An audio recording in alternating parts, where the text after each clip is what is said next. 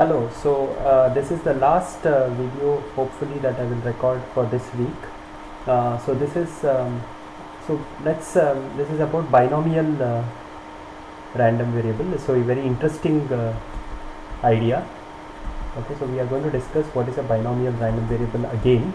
We know the intuition, right? So x is number of heads.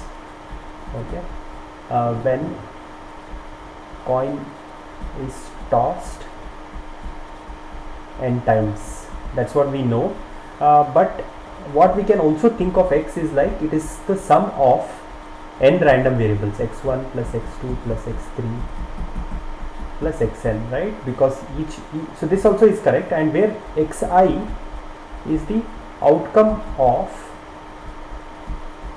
ith toss.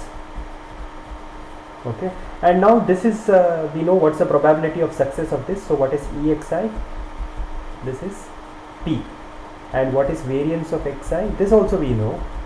If you do this at your own time, you can check this. This is np into 1 minus p. I think we have done this even in the class. Sorry, not np, I'm sorry, it's p into 1 minus p. Okay, so these two things we know. Moreover, most importantly, let me write it in a different color. Moreover, okay, xi's are independent. Okay, so any subset of them, if it is heads or tails, it does not matter what happens in the next round. Okay, so this is like your IPL tosses, right? I keep giving this example, not because I'm such a big fan of IPL, but it's just because these tosses are used in sporting events, and independence of coin tosses is very important. Otherwise, you will just see how many heads or tails are coming, and then you will decide what to do.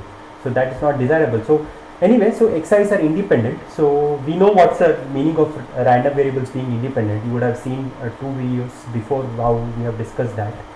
So now we know expected value of x. What is this? This is just the sum of all the individual xi's. So I equal to 1 to n. So this is, each of this is p, so this is np. Similarly, variance of x, since it is independent, it is equal to sum of all the variances, right? It's not always true, but since it's independent, this is true. So this, each variance is p into 1 minus p, this becomes np into 1 minus p. So that's it. So this is one thing that somehow I couldn't cover till now, but this is very easy. Okay, so this is a very easy way of proving expectation and variance for binomial random variables. So this is one thing that I wanted to talk. And the second thing, somehow I have not been discussing this, but that is of, it's called as the cumulative distribution function. So this particular concept I have not touched upon. So let's just talk about this. So cumulative distribution function is a function from extended real numbers. So what does that mean?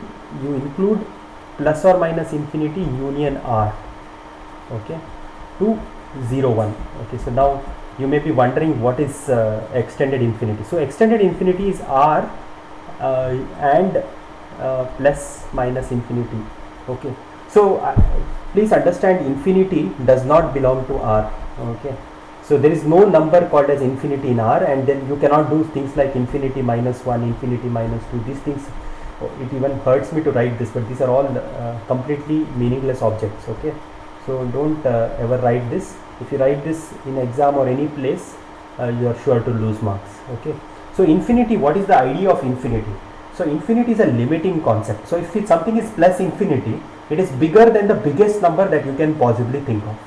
Okay, so it's just that idea that you can keep pushing yourself. So that is the idea, that notion of keep pushing perpetually is the infinity. Alright, so f is a function from infinity to r. And why does it appear in the case of random variable? It's just that the definition of this is, so f of b, for example, if I ask, so suppose some b I take, this is probability that x takes a value less than or equal to b. Okay, So that's all. This is the simple definition, but I wanted to make this idea of plus or minus infinity discussion a part of it. That's why I introduced in this way. But otherwise, it's a very simple idea. So now, how do we compute this? So this is basically, you just take sum over all x less than or equal to b, small x here, okay, not capital X, px of small x. So this is for discrete random variable. This is the thing. All right. So now, so let me just make some space here.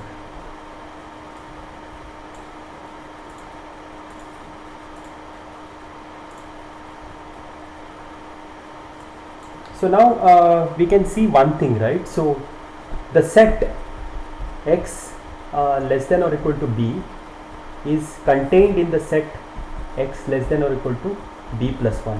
What that means is set of all omegas such that the x of omega is less than b. Remember, x is a function from omega to r, right? So let's take omega and then look at the portion so that which all map to a value less than b. Okay. So this probability is contained in something like b plus 1. So that will have, if at all anything, it will have more points. So this is true.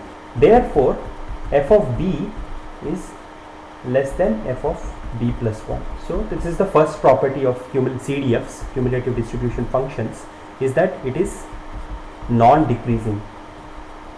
Why don't we say it is increasing? Because it may not increase. There may not be any values between b and b plus 1. Okay, so it may not increase, but it certainly will not decrease. Okay, this is one property. The second property is limit. Okay,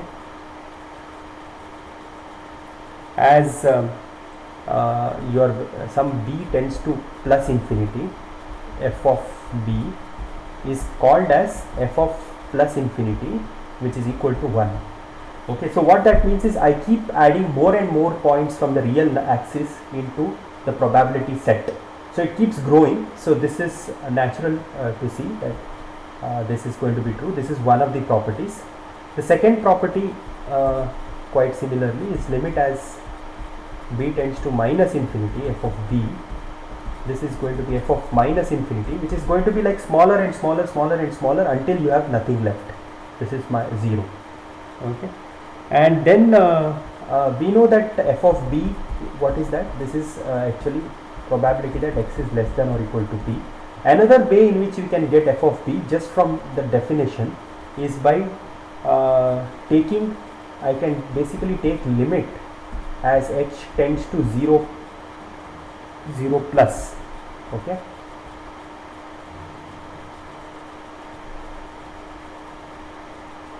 p of x less than or equal to, sorry, I was just doing something wrong. So this is yeah, so this is the so this is not a property that I want to talk about actually. So yeah, so what I wanted to tell is like f of b is equal to probability that x is less than b plus probability that x is equal to b, right? Less than or equal to b, right? So you can do this. This is like disjoint sets. And what I was going to say is this is equal to limit h tends to 0 plus p of x less than b minus h. So what is the meaning of 0 plus is that all the values that I take, okay, they will approach 0 but from the positive side. Okay, so the numbers that I am considering are always excluding the b, point b. Okay, so this is what we can do, and then plus f of x equal to b. Now with this we can write this as limit h tends to 0 plus, this is nothing but f of b minus h plus, so this is f of b.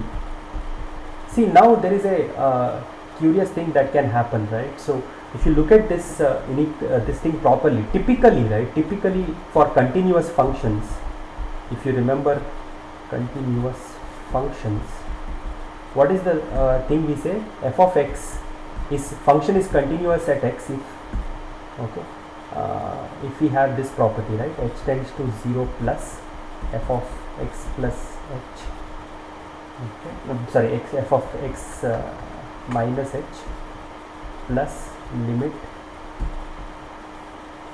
I mean from sorry, so this is is also equal to limit as x tends to from 0 minus f of x plus h.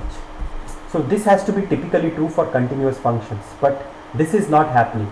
So this means that the cumulative distribution function can have this kind of jump discontinuities. This is not very important discontinuities, but this is not very important for you to understand, like remember, but I think the steps that I have described is easy to understand. Okay, so that's about it. I'm done, and I think I think all that I wanted to talk about is done. So you can use this to show several things. I urge you to do a few problems with cumulative distribution functions to get familiarity. All right, so